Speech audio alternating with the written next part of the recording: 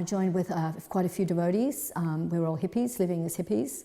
And we were in Sydney, and Jayadharma and Sanak saw a picture on the wall of Radha and Krishna.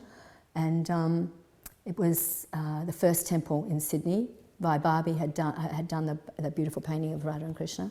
So they went inside, they saw Lord Jagannath inside, and they came home and said, we just saw this most amazing guy, you know, and really unusual. And so we were all going to Melbourne, and they said, we'll give you the address of the temple in Melbourne. So we went and visited the temple. Pendra and Upananda were there. They just opened the temple in Sydney, or they'd just started preaching in Sydney, and then they'd just gone to Melbourne. So we all went to Melbourne, and we stayed. We wanted to join. They didn't have enough room, so the boys had to go out and find the first temple, big temple, where Radha and Krishna actually came, and Prabhupada came to that temple. And so we all joined. Previous to that, I wasn't in a very good state, because I'd actually had a Kundalini explosion from taking too much LSD and marijuana. And we wanted, like Haygriva, we wanted to stay high forever, because what was there to come down to? So on that note, I was pretty out of it when we all joined. I had a little boy. My son was only 8 months old, and I'd already blown my mind. So I was in a pretty strange state. I just went along with it, started chanting, and never stopped. Prabhupada just imparted to me that I keep chanting, that if I just keep chanting, I'll be all right. I mean, I touched his feet at this time, you know, he did the big fire yagya there. And then as he was walking, you know, we all dived at his feet and touched his feet. And that night I had a dream.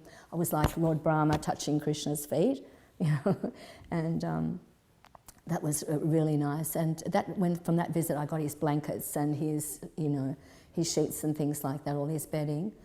And so I've always taken his instruction, rather than thinking, I always didn't think he would know who I was, you know, from a bar of soap kind of thing. So I never had any of that. Like Jagatrini was right up there, and, you know, she'd been an actress and she'd been, you know, this and that. So Prabhupada was using that, you know, to promote, you know, the movement. Here's this actress earning millions of dollars, and she's joined the Hare Krishna movement. So that was really good. But I wasn't kind of in that category. I was more behind the scenes always. You know, in the early days, Burijan and Jagatrini were living on the outside, and everyone thought if you're living on the outside, you're a demon. But that was in the really early days. You know, you can understand we're all just hippies, and, you know, coming into this, you know, amazing new culture that we're a part of. But I was living on the outside. I'd been separated from devotees. But I heard that there was volume 1 and 2 of Krishna book. Right, my brother had committed suicide. He's similar to me, you know, big issues with the father and everything. And so I knew I was going down the same track. Okay, I'm losing it in the head. My mind is getting too strong for me. I can't withstand it. And somehow, I don't know who told me, but you could get, you know, my daughter had this little carry around tape deck.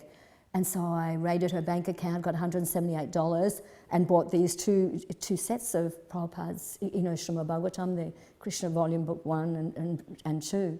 And from that day, I listened continuously, 24/7, of Prabhupada's pastimes, you know, Krishna's pastimes. And that was the beginning of coming up. I would have died there, but I just came up and up and up, and yeah.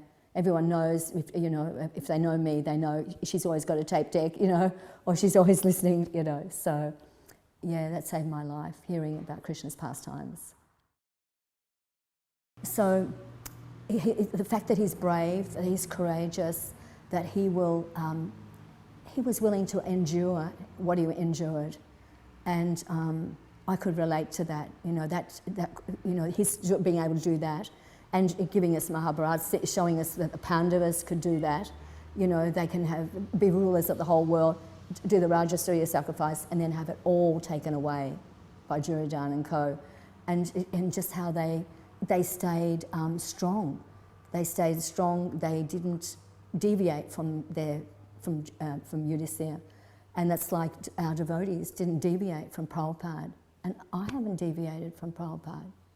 And that's quite amazing, you know, that he's got that power to hold you and, you know, whichever ashram you're in, you're steady and held. And then all of a sudden we're reaching 70 now. Since I turned 70, that was it. I just want to distribute Prabhupada's books now. And I'm unqualified. So I like those prayers, unqualified, you know, helpless, unable to do it. Who am I? Who, you know, totally not even, you know, I don't know Prabhupada's book, but, you know, you just, because he just did it, then you know we can do it. Yeah. That's it. Je anilo premadana koruna prachu